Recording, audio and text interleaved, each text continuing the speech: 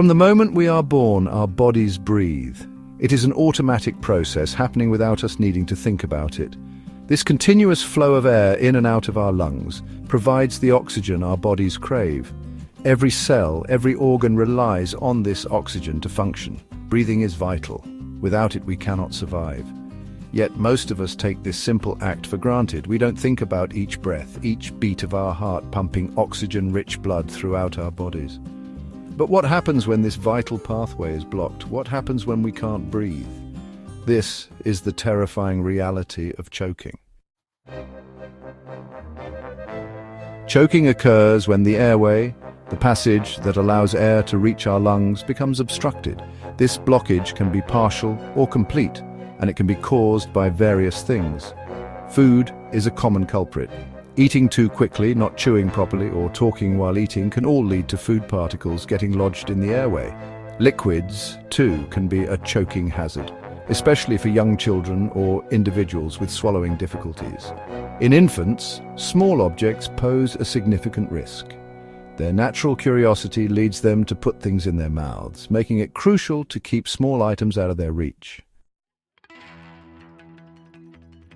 When something blocks our airway, our body's natural defense mechanism kicks in, the cough. This reflex is designed to protect us by expelling any foreign object or irritant that might be causing the blockage. The cough reflex is a vital part of our respiratory system, acting as a guardian to ensure that our airways remain clear and functional.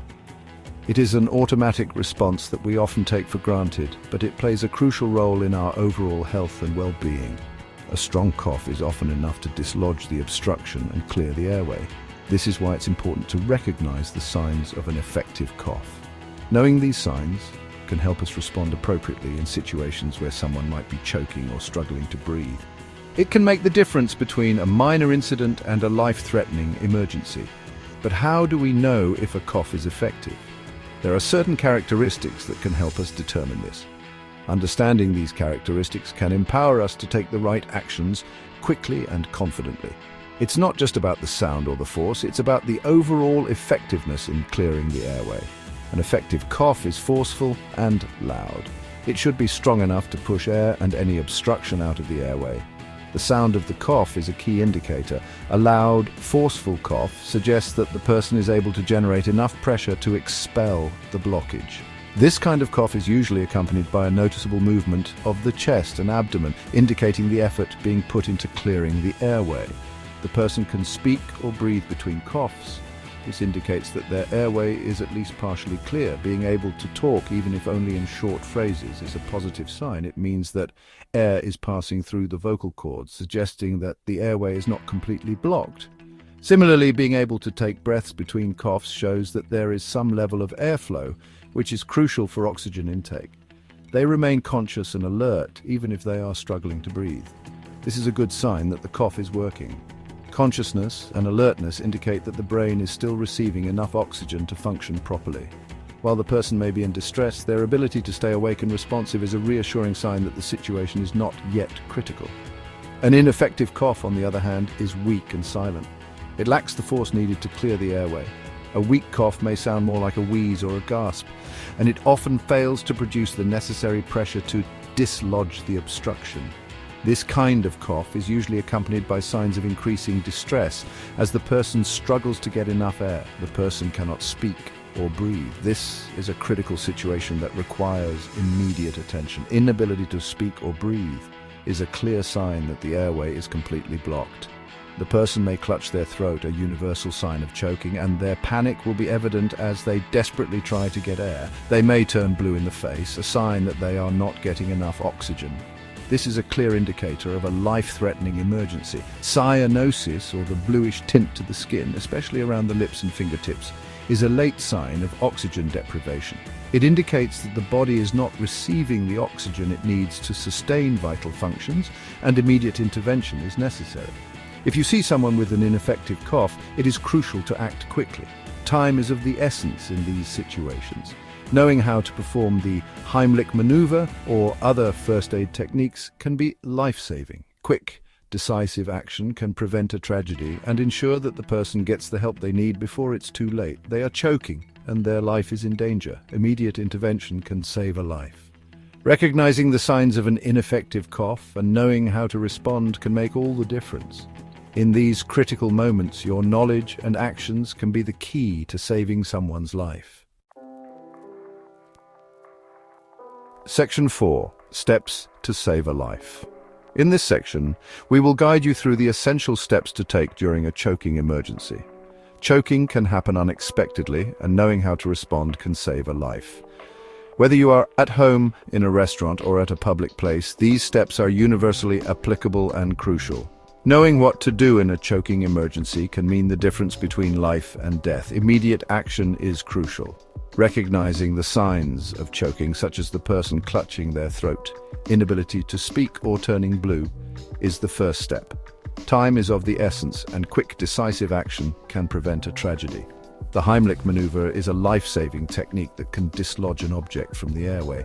It is simple, yet highly effective. This technique involves a series of abdominal thrusts that create an artificial cough, forcing air from the lungs to expel the obstruction. To perform the Heimlich maneuver, stand behind the choking person. Ensure you are in a stable position. This stability is important to apply the necessary force without losing your balance. Wrap your arms around their waist. This will give you the leverage needed to perform the maneuver effectively. Positioning your arms correctly is crucial for the success of the maneuver. Make a fist with one hand and place it just above their navel. This is the optimal position for maximum impact. The placement of your fist is key to generating the force needed to dislodge the object. Grasp your fist with your other hand and give a quick upward thrust into their abdomen. The motion should be strong and swift. Each thrust should be deliberate and forceful, aiming to create enough pressure to expel the object. Repeat these thrusts until the object is dislodged or until emergency medical services arrive. Persistence is key. Do not give up if the first few attempts are unsuccessful. Continue with determination, as every second counts. If the person becomes unconscious, gently lay them on their back and begin CPR. Continue until professional help takes over. CPR can maintain circulation and breathing until emergency responders arrive, providing the best chance for recovery. Section 5. Prevention, the best medicine. While knowing how to react in a choking emergency is vital, prevention is always the best approach. It's not just about knowing what to do when something goes wrong, but about creating an environment where such incidents are less likely to happen in the first place. Prevention starts with awareness and education. By understanding the common causes of choking and the situations where it is most likely to occur, we can take proactive steps to mitigate these risks. By taking some simple precautions, we can significantly reduce the risk of choking. These measures are easy to implement and can make a big difference in ensuring the safety of our loved ones. For instance, always supervise young children during meal times and be mindful of the types of foods they are eating.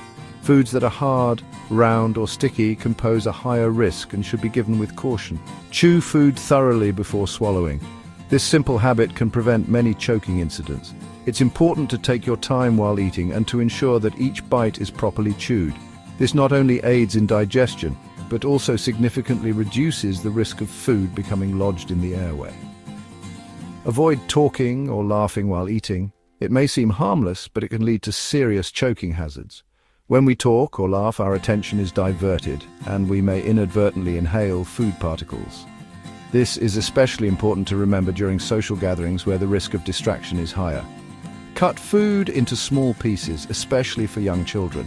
This makes it easier for them to chew and swallow safely. Foods like grapes, hot dogs, and carrots should be cut into smaller, more manageable pieces to prevent them from becoming choking hazards.